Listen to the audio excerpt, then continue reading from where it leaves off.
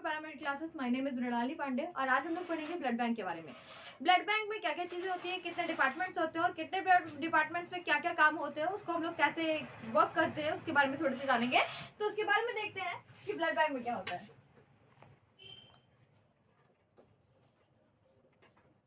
Blood bank में सबसे पहले बात आती है डोनर की। तो डोनर रिसेप्शन होता है।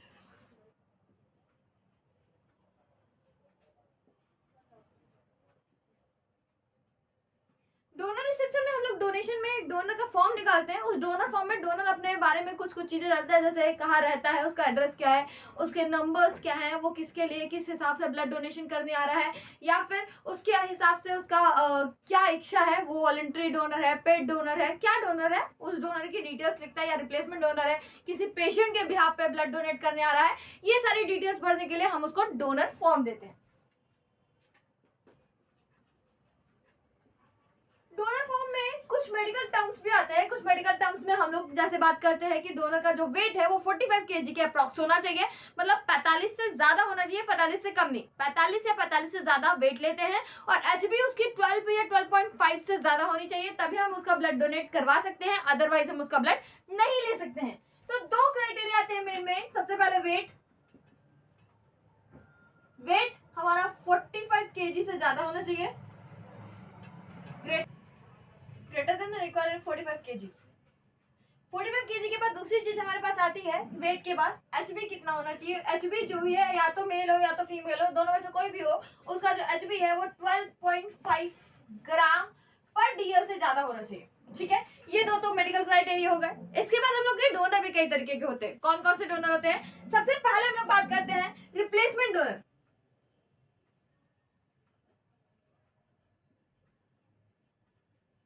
रिप्लेसमेंट डोनर क्या होता है? रिप्लेसमेंट डोनर वो डोनर होता है जो किसी के बिहाफ पर ब्लड डोनेट करता है। एज लाइक अगर किसी का पेशेंट या किसी का रिलेटिव या किसी का फ्रेंड, कजन, फैमिली कोई भी अगर एडमिट है तो आप उस पेशेंट पर्टिकुलर के लिए आप ब्लड डोनेट करते हो। जो डोनेशन चार्ज होता है वो अप्रोक्स 1400 के आसपास रुपीज आपके लगते हैं। इस 1400 में क्या क्या होता है? इस 1400 में आपको प्लास्टिक का वो जो बैग होता है, जो ब्लड बैग है वो मिलता है। उस ब्लड बैग के साथ हमको एक ब्लड बैंक के साथ हमको बाकी सारी चीजें, जो भी डोनर का जो टेस्ट होता है, जैसे डोनर का ब्लड लेने के बाद उस डोनर का पर्टिकुलर टेस्ट किया जाता है कि उसको एचआईवी है कि नहीं है, हेपेटाइटिस बी है कि नहीं है, मतलब ये सारे डिटेल्स में टेस्ट किए जाते हैं। तो उस टेस्ट का चार्ज, इन दोनों टेस्ट का चार्ज के अलावा इसके बाद हमको एक और चीज देनी होती है, एक डोनर। ठीक है, तो मतलब एक डोनर प्लस 1400 रुपए किसी भी ब्लड बैंक में से एक बॉटल ब्लड इश्यू कराने का ये चार्ज होता है। 1400 अप्रोक्सीमेटली आपका पैसा लगता है और एक डोनर लगता है, चाहे तो वो अपनी इच्छा से डोनेट करे या पहले से डोनेट करा हुआ वो, या फिर तुरंत आप एक डोनर दोगे जिसको हम लोग चार्ज देते हैं किसी भी ब्लड बैंक में से एक ब्लड बैंक डोनेट करवाने का या एक ब्लड बैंक इशू करवाने का।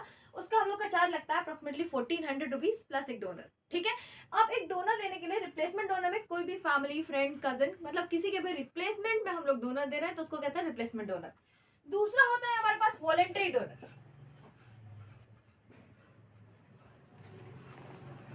वॉलंटरी डोनर का मतलब अपनी इच्छा से जो ब्लड डोनेट कराने आए। एज लाइक कहीं ब्लड बैंक का कैंप लगता है, ब्लड बैंक कैंप में लोग ब्लड डोनेट करने जाते हैं, स्पेशली कॉलेजेस में लगते हैं, कॉलेजेस में लोग ब्लड डोनेट करने जाते हैं, या अपनी इच्छा से पर्टिकुलर किसी का, मतलब अगर कोई चैरिटी या ट्रस्ट चैरिटी करने का मन होता है तो लोग ब्लड डोनेट करने जाते हैं। उसमें उनको एक डोनेशन कार्ड मिलता है कि अगर उनके फैमिली से कोई, या फिर अगर उनको कभी ब्लड की जरूरत पड़ती है ड्यूरिंग 1 ईयर, तो उस कार्ड को दिखा के वो वहां से एक बॉटल ब्लड इशू करा सकते हैं। तो वॉलंटरी डोनर वो इतने जो अपनी इच्छा से ब्लड डोनेट करते हैं। तीसरा होता है पेड डोनर।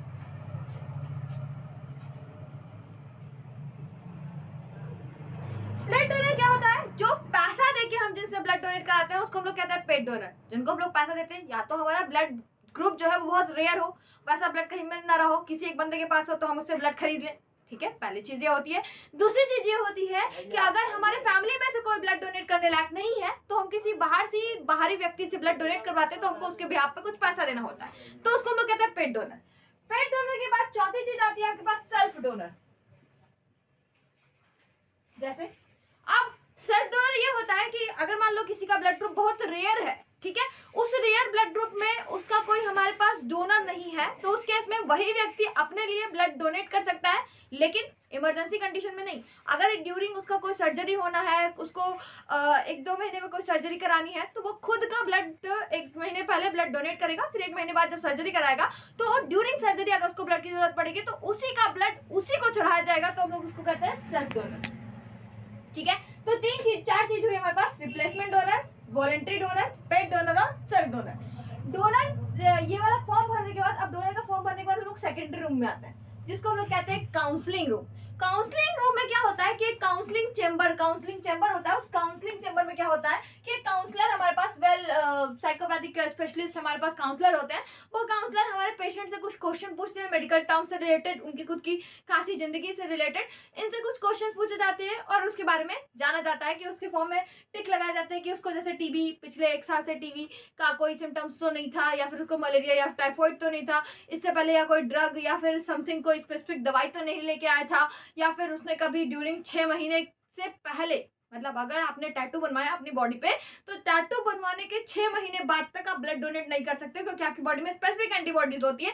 तो टैटू बनवाने के 6 महीने के बाद ही आप ब्लड डोनेट कर सकते हो, तो ये भी क्राइटेरिया आता है। या फिर डोनर इससे पहले विदिन 92 डेज का गैप लेके चल रहा हो, अगर उसने पहले कहीं डोनेशन दिया है तो। ठीक है, तो ये सारे काउंसलिंग के जो क्वेश्चंस होते हैं वो पूछने का काम होता है काउंसलिंग चेंबर में।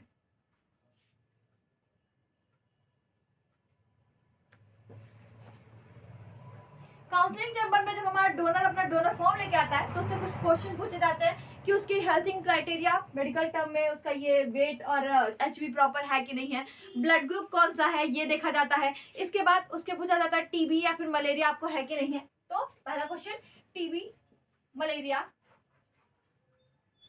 टाइफॉइड, ठीक है, पिछले 1 साल से आपको है कि नहीं है, पिछले 1 साल में इसका कोई सिम्टम्स नहीं होना चाहिए, 1 ईयर अप्रॉक्स। दूसरा, आपको HIV, हेपेटाइटिस बी मतलब HBsAg, HCV एक्सेट्रा ETC, ऐसी कोई डिजीज तो नहीं है। आपने ड्यूरिंग 6 मंथ कोई टैटू तो नहीं बनवाया, टैटू स्पेसिफिक होता है। ठीक है, आपने ड्यूरिंग 24 to 48 आवर कोई स्पेसिफिक ड्रग तो नहीं ली है। ठीक है, ड्रग की बात होती है, आप हेल्थ के लिए कॉन्शियस हो कि नहीं हो, आपको कोई स्पेसिफिक एलर्जी तो नहीं है किसी चीज को लेकर। एलर्जी से होता है, और स्पेसिफिक अगर उसको कोई हेजिटेशन है, जैसे ब्लड डोनेट करने से किसी को हेजिटेशन है, या ब्लड का कोई फोबिया है, ब्लड देख के उसको डर लगने लगता है, तो ऐसा कुछ है कि नहीं है, उसके बीपी में एवल्यूएशन आएगा कि नहीं आएगा, ये सारी चीजें काउंसलर अच्छे तरीके से पूछती है और डोनर उसके बारे में बताता है। तो इसके बारे में हम आगे बढ़ते हैं। अब काउंसलिंग रूम के बाद हमारे पास आता है डोनेशन रूम।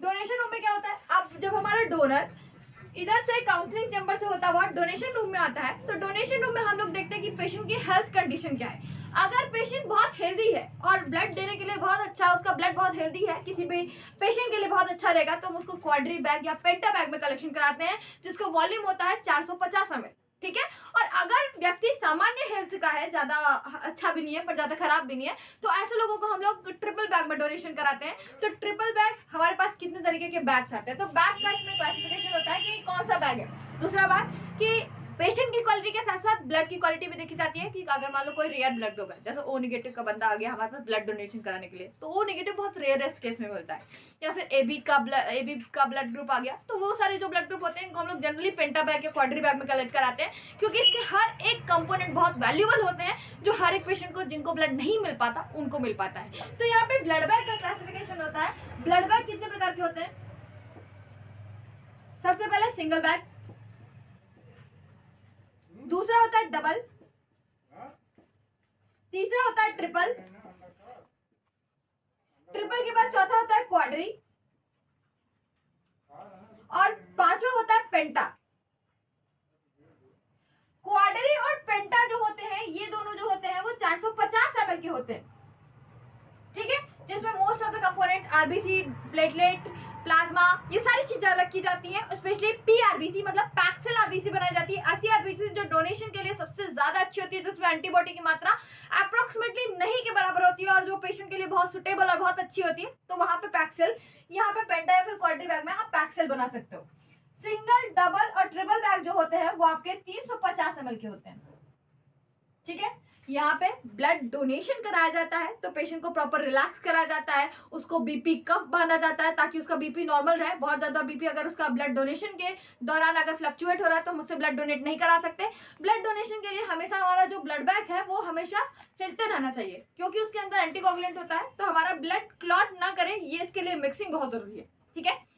दूसरा, किसी भी पेशेंट से ज्यादा ब्लड निकल जाए ना निकल जाए, इसके लिए हम लोग उसमें वेइंग मशीन लगाए रहते हैं कि कितना ब्लड उसमें हो रहा है। तो 450 लिखा जरूर है, यहाँ पे 430 420 ml अप्रोक्सीमेटली निकालते हैं। उसी तरह 350 में से 320 330 335 मतलब अप्रोक्सीमेटली ब्लड हम लोग 350 या 450 ml निकालते हैं।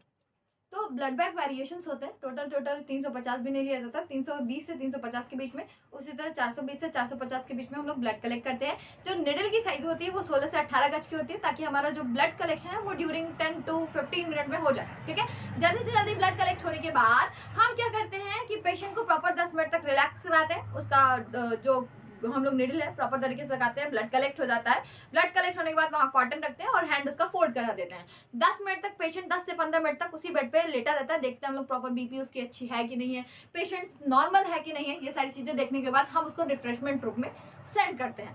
तो डोनेशन रूम के बाद बात आती है अब हमारे रिफ्रेशमेंट रूम की।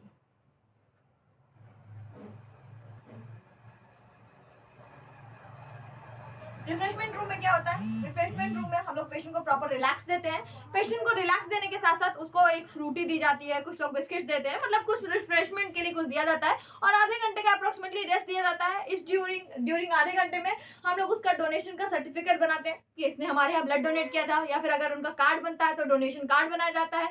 ये सारी चीजों के बाद पेशेंट की हेल्थ देखी जाती है कि अब वो घर जाने लायक है कि नहीं है, और आधे घंटे बाद उसको प्रॉपर इंस्ट्रक्शन दिए जाते हैं कि ड्यूरिंग 24 आवर आपको कोई स्पेसिफिक ड्रग नहीं लेनी है, अल्कोहल टाइप की कोई चीज नहीं लेनी है, कोई नशा स्पेसिफिक नहीं करना है, कोई भारी वाहन नहीं चलाना है, उस हाथ से कोई भी हैवी वर्क नहीं करना है। ये सारे इंस्ट्रक्शन देने के बाद हम लोग पेशेंट को रिलीज कर देते हैं कि अब आप डोनेशन कर चुके हो, अब आप घर जा सकते हो, ठीक है। अब यहाँ से क्या होता है, अब हम लोग ब्लड बैंक की बात करते हैं। हमारा ब्लड जो है यहाँ पे कलेक्ट हो गया, अब ब्लड कलेक्ट हो गया तो उसके आगे का भी तो काम करेंगे। तो जो हमारा ब्लड बैंक होता है वो ब्लड बैंक आता है कंपोनेंट रूम में। कंपोनेंट रूम में जब ब्लड बैंक में ब्लड बैग आता है हमारे पास, अब कंपोनेंट रूम में क्या होता है, हमारे जो ब्लड बैग्स होते हैं वो अकॉर्डिंग टू वॉल्यूम सेपरेट होते हैं। जैसे अगर हमारा ट्रिपल बैग है तो उसको 3 पार्ट्स में 3 कंपोनेंट्स में डिवाइड किया जा सकता है। पेंटा बैग है तो उसको मैक्सिमम 4 कंपोनेंट्स में डिवाइड किया जा सकता है। तो मतलब कंपोनेंट्स डिवाइड करते हैं। अब कंपोनेंट्स क्या है, जैसे आरबीसी अलग कर दिए, हमारा प्लाज्मा अलग कर दिए, प्लेटलेट अलग कर दिए, ये सारी चीजें अलग कर करके हम लोग अलग अलग पेशेंट को अकॉर्डिंग टू उसकी नीड और रिक्वायरमेंट के अकॉर्डिंग पेशेंट को देने का काम करते हैं। तो यहाँ पे कंपोनेंट रूम में कंपोनेंट का सेपरेशन होता है,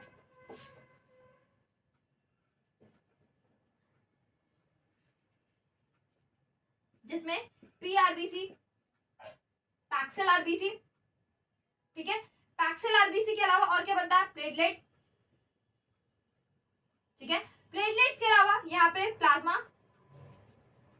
ठीक है। ये सारी चीजें अलग की जाती हैं। इसके अलावा कुछ अगर कई जगह क्रायोस्टेट भी होता है, क्रायोस्टेट के थ्रू हम लोग फैक्टर रिलीज कराते हैं, फैक्टर को अलग करते हैं। जिनमें फैक्टर लेटिंग मतलब जिनका ब्लड कोएगुलेट नहीं हो पाता उनको हम लोग फैक्टर चढ़ाने का भी काम करते हैं। मतलब कुल मिला के कंपोनेंट सेपरेशन का काम कंपोनेंट रूम में होता है। कंपोनेंट सेपरेट होने के बाद आता है हमारे पास TTI, transmuted transfusion reactions, transmitted transfusion reactions की बात करते हैं, या इलनेस या डिजीज की बात करते हैं। तो ड्यूरिंग ट्रांसफ्यूजन जो डिजीज हम एक डोनर से एक रेसिपिएंट में पहुंचा सकते हैं उसका डिटेक्शन करते हैं। मतलब बेसिकली हमारे पास HIV, hepatitis B, hepatitis C, syphilis, जो भी जेनेटिक डिसऑर्डर होता है, तो मेनली इन लोगों का टेस्ट हम लोग करते हैं।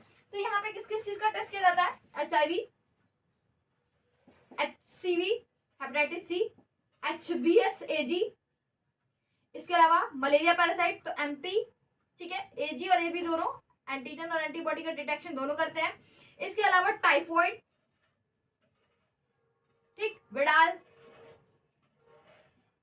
टाइफॉइड विडाल के अलावा सिफिलिस, वीडियारल, ठीक है। वीडियारल जैसे टेस्ट, इसके अलावा नैट न्यूक्लिक एसिड टेस्ट भी हमारे यहाँ लगता है ब्लड बैंक में, ठीक है। उसको कोई जेनेटिक डिसऑर्डर तो नहीं है, ये सारी चीजें देखने का काम होता है। क्योंकि अगर आप किसी डोनर से ब्लड निकाल करके किसी रिसिपिएंट में डाल रहे हो, किसी मरीज में डाल रहे हो, तो वो पहले से बीमार है, उसको हमारे थ्रू या डोनेशन के थ्रू किसी डोनर की कोई डिजीज ना लग जाए, इस वजह से हम लोग यहाँ पे उसका टेस्टिंग करते हैं। यही 1400 रुपये का चार्ज लिया जाता है। इसी 1400 रुपये के चार्ज में हम लोग डोनर के हर एक टेस्ट करते हैं।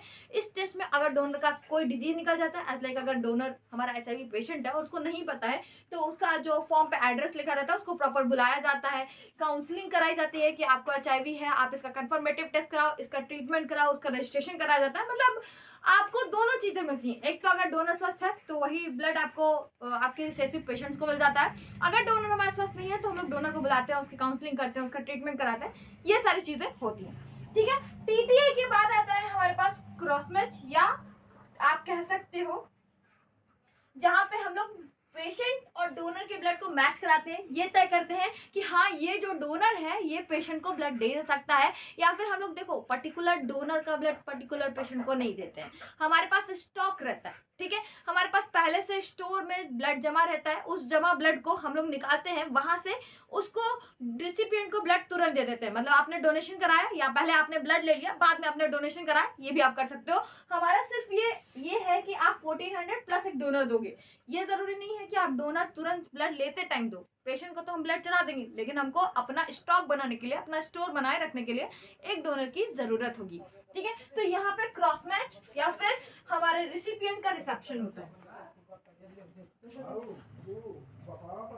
क्रॉस मैच का मतलब ये होता है कि हम लोग पेशेंट का प्लस डोनर का दोनों का ब्लड मिला के देखते हैं कि प्रॉपर कंपेटिटिव है कि नहीं है। मतलब कि डोनर का ब्लड पेशेंट को चढ़ सकता है कि नहीं चढ़ सकता है, क्रॉस मैच करने का काम। तो यहाँ दोनों तरफ की ब्लड ग्रुपिंग होती है, फॉरवर्ड ब्लड ग्रुपिंग भी होती है और रिवर्स ब्लड ग्रुपिंग भी होती है ना। फॉरवर्ड ब्लड और रिवर्स ब्लड ग्रुपिंग कैसे होती है कैसे नहीं होती, ये हमारे प्रीवियस वीडियो में दिया हुआ है। यहाँ पे दोनों तरह की ब्लड ग्रुपिंग करते हैं, दोनों को मैच कराते हैं। इसके अलावा यहाँ पे एक और काम करते हैं कि क्रॉस मैच कराते हैं मेजर और माइनर, ताकि हमको ये पता चल पाए प्रॉपर जो डोनर का ब्लड है या किसी भी XYZ डोनर का ब्लड है वो पर्टिकुलर पेशेंट के लिए सही है कि नहीं है। उसको डोनेशन के दौरान किसी भी तरह का रिएक्शन नहीं होना चाहिए, क्योंकि डोनेशन के दौरान हमारे जो ब्लड है उसका ब्लड सेल है वो किसी पेशेंट में चढ़ता है तो उसके एंटीबॉडी के साथ रिएक्शन कर जाएगा, तो उसको फीवर आ सकता है, BP फ्लक्चुएट हो सकती है, और अगर से ज्यादा हो गया तो जॉइंटिस की कंडीशन में बन सकती है। तो ये सारी कंडीशन से हमारा पेशेंट मर सकता है। ठीक है, तो ट्रांसफ्यूजन ट्रांसमिटेड इलनेस के अलावा बहुत सारी डिजीजेस ऐसी होती है जो हमारे अंदर दिख सकती हैं ड्यूरिंग ट्रांसफ्यूजन के दौरान, क्योंकि हम किसी और का ब्लड किसी और के अंदर चढ़ा रहे हैं तो उसमें रिएक्शंस जो होते हैं, तो उसका क्रॉस मैच अच्छे से होना चाहिए। यहाँ पे ब्लड ग्रुपिंग होती है reverse as well as forward दोनों। Sorry, reverse plus forward. ठीक है, रिवर्स और फॉरवर्ड ब्लड ग्रुपिंग और क्रॉस मैच के बाद यहाँ से हम लोग रिसिपिएंट का रिसेप्शन होता है, वहां से हम लोग ब्लड देने का काम करते हैं।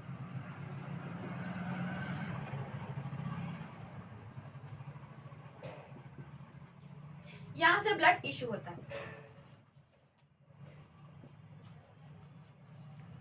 यही हमारे ब्लड बैंक का पूरा स्ट्रक्चर है। तो सबसे पहला काम डोनेशन या डोनर के बारे में जानना, दूसरा उसकी काउंसलिंग अच्छी हो रही है कि नहीं हो रही है, उसको प्रीवियस कोई डिजीज थी कि नहीं थी, वो अच्छा स्वस्थ था कि नहीं था, ब्लड डोनेशन करने लायक था कि नहीं था, ये सारी चीजें देखना। तीसरा डोनेशन, उससे हम लोग ब्लड डोनेट कराते हैं।